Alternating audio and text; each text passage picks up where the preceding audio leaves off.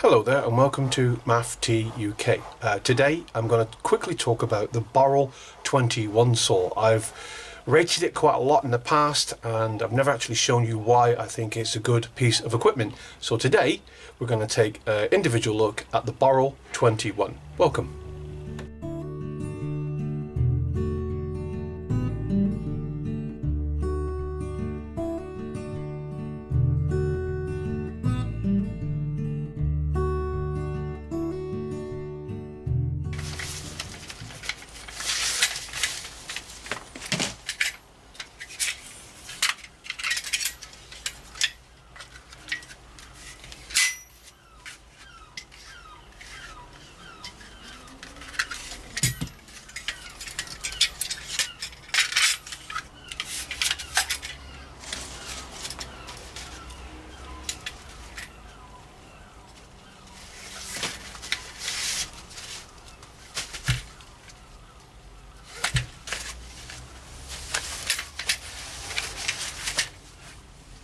Some of you will know that I refused to pay the extra £30 for the bag to go with the saw, and I used this cheap chair bag instead. And my latest addition to this, or my latest modification to my chair bag, is some paracord.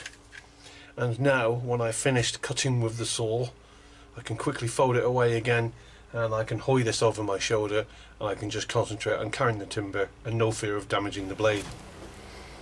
I go on about this all the time. Why do I like it? There's a few reasons. I'm going to show you the first two reasons I like this saw. Reason number one.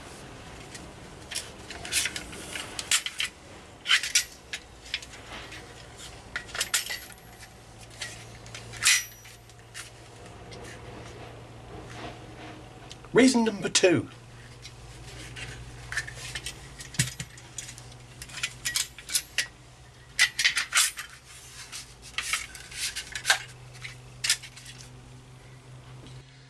So there are a couple of reasons why I like it. Now let's talk about the saw a little bit more in depth.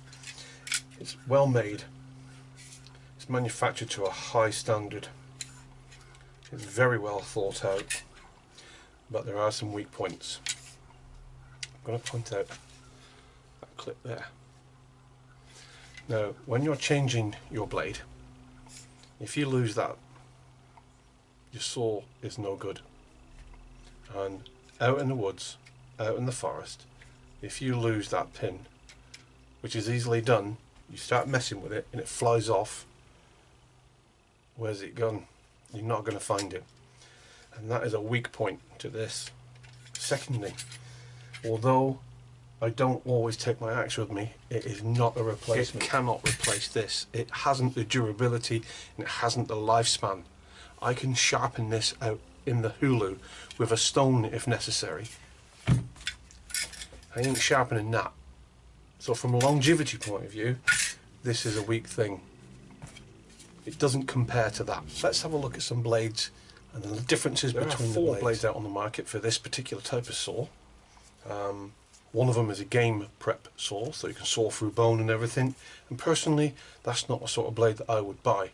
Not because I don't prep game, it's because I think there are too many nooks and crannies and little gaps and little places for meat to hide. And from a health and hygiene point of view, I wouldn't use this to prep game. Even if I had the right blade in it, I would find an alternative way. Two standard blades that you and I would use all the time are blades like this, and blades like this. These are the ones that are available to you and me pretty much every day. But do you know the difference? Do you know what one blade is for and what the other is for? Because somebody told me that one is for hardwood and one is for softwood. Well, that's not technically right. Sort of. Because let's take a look at this first one we pointed out to you. You'll notice that every now and again you will see these are called rakers, and this type of blade can sometimes be called an M-tooth blade, M for Mike, because of this raker. This raker is not sharp. Okay, they're not sharpened. What they are blunt, and they're designed to pull the soft timber out of the cut. So what you would use this particular blade for, although it is a multi-purpose blade, its primary role is for green wood, not softwood, green wood.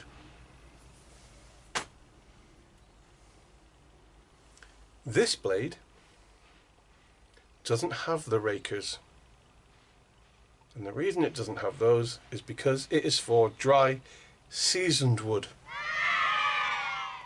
not necessarily hardwood.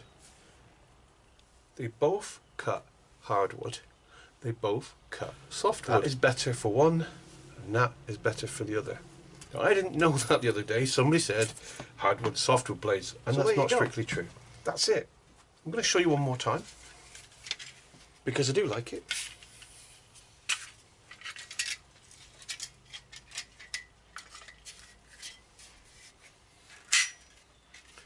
Note the weak points.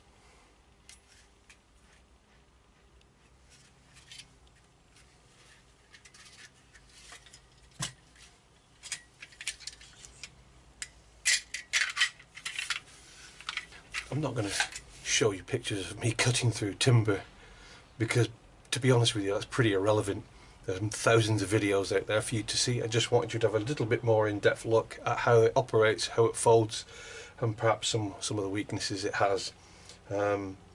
Like I say, it's not a replacement, although I have taken just that out sometimes. It is not a replacement for an axe. It's not a replacement for the Laplander, which is here. They're not replacements for those. They're just, you don't always need to carry them. That's all I'm saying. Okay, but it is a tremendous saw. Thank you for watching. I bet you're concentrating on that, aren't you? Not me. See you later.